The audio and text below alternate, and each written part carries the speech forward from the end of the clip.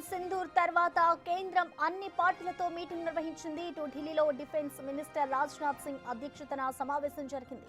Parliament ప్రాంగణంలో జరిగిన ఈ భేటీకి కేంద్ర మంత్రులు అమిత్ షా, ఎస్ జయశంకర్, జేపీ నడ్డా, నిర్మలా సీతారామన్ హాజరయ్యారు.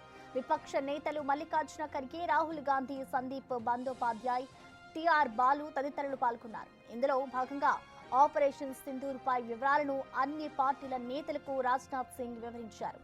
దేశమంతా ఐక్యంగా నిలబడాలంటూ ప్రధాని మోదీ ఇచ్చిన సందేశాన్ని వినిపించారు.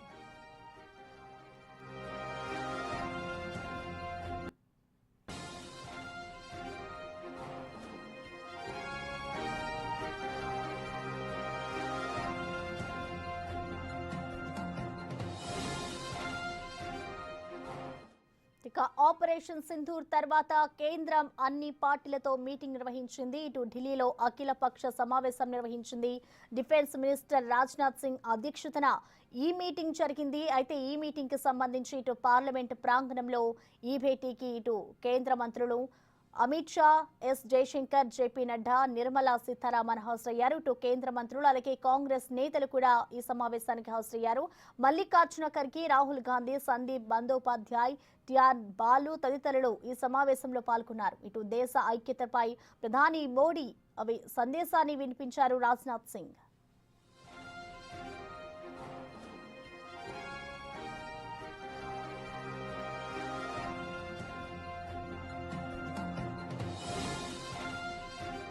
ఇక మీటింగ్ కి సంబంధించిన పూర్తి అప్డేట్స్ ని ఢిల్లీ నుంచి మా ప్రతినిధి శివ అందిస్తారు. శివ,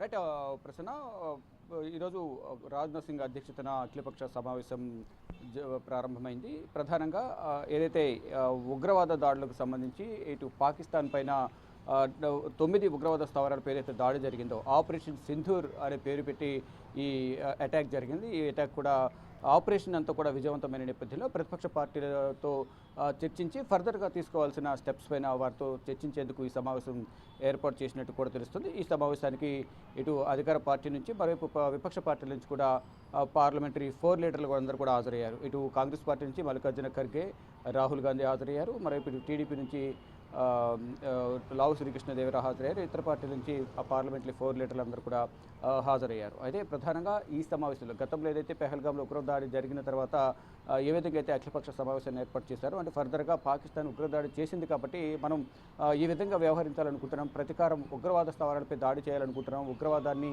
లేకుండా చేయాలి, అంటే దీనికి ప్రతీకార దాడి చేయాలని ప్రభుత్వం భావిస్తుంది, మీరేమంటారంటూ కూడా వారి నుంచి అభిప్రాయం తీసుకుని ఈ అటాక్ను చేశారు.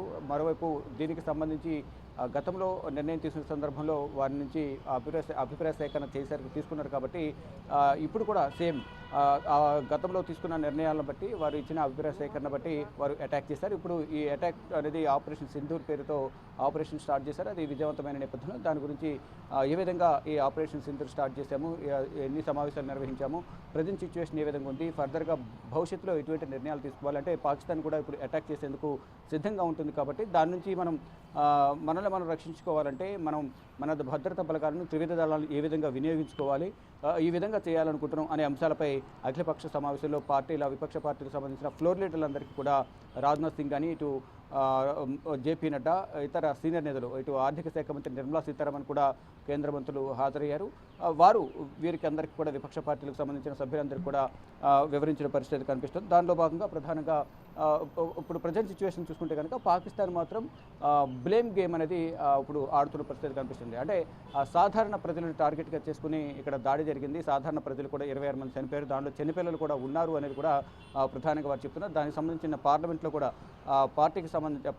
పాకిస్తాన్కి సంబంధించిన ప్రధాని షహబాజ్ షరీఫ్ కూడా పార్లమెంట్ వేదికగా స్పందించి 26 మంది ప్రజలు కూడా చనిపోయారు అంటూ కూడా చెప్పారు. మరోవైపు మాజీ ప్రధాని బెనజీర్ భుట్టో కుమారుడు బెలావల్ భుట్టో కూడా ఈరోజు వ్యాఖ్యలు చేశారు. దీనికి ప్రతీకార దాడి ఉంటుంది, యుద్ధానికి సిద్ధంగా ఉండండి అంటూ కూడా ఒక సవాల్ అయితే భారత ప్రభుత్వానికి విసిరారు నిన్న పార్లమెంట్ వేదికగా. దానికి సంబంధించి కూడా ఈ అఖిలపక్ష సమావేశంలో ఈ విధంగా రెచ్చగొట్టే వ్యాఖ్యలు అయితే పాకిస్తాన్ చేస్తుంది కాబట్టి దీనికి మనం ప్రతిగా దాడి చేయాల్సిన అవసరం ఉంటుంది, మీ అందరి సహకారం కావాలంటూ కూడా విపక్ష పార్టీల నుంచి అభిప్రాయాలు, వారి సూచనలు కూడా కేంద్ర ప్రభుత్వం తీసుకుంటుంది. దానిలో భాగంగానే ఇప్పుడు అఖిలపక్ష సమావేశాన్ని కూడా ఏర్పాటు చేసింది. మొత్తంగా చూసుకుంటే ఏదైతే ఇప్పుడు అటాక్ చేశాము 9 స్థావరాలపై 21 స్థావరాలను గుర్తించి 9 ఉగ్రవాద స్థావరాలపై అటాక్ చేసిన నేపథ్యంలో ఇంకా మిగిలిన 12 ఉగ్రవాద స్థావరాలు ఉన్నాయి. వాటిపై కూడా అటాక్ చేయాల్సి ఉంటుంది.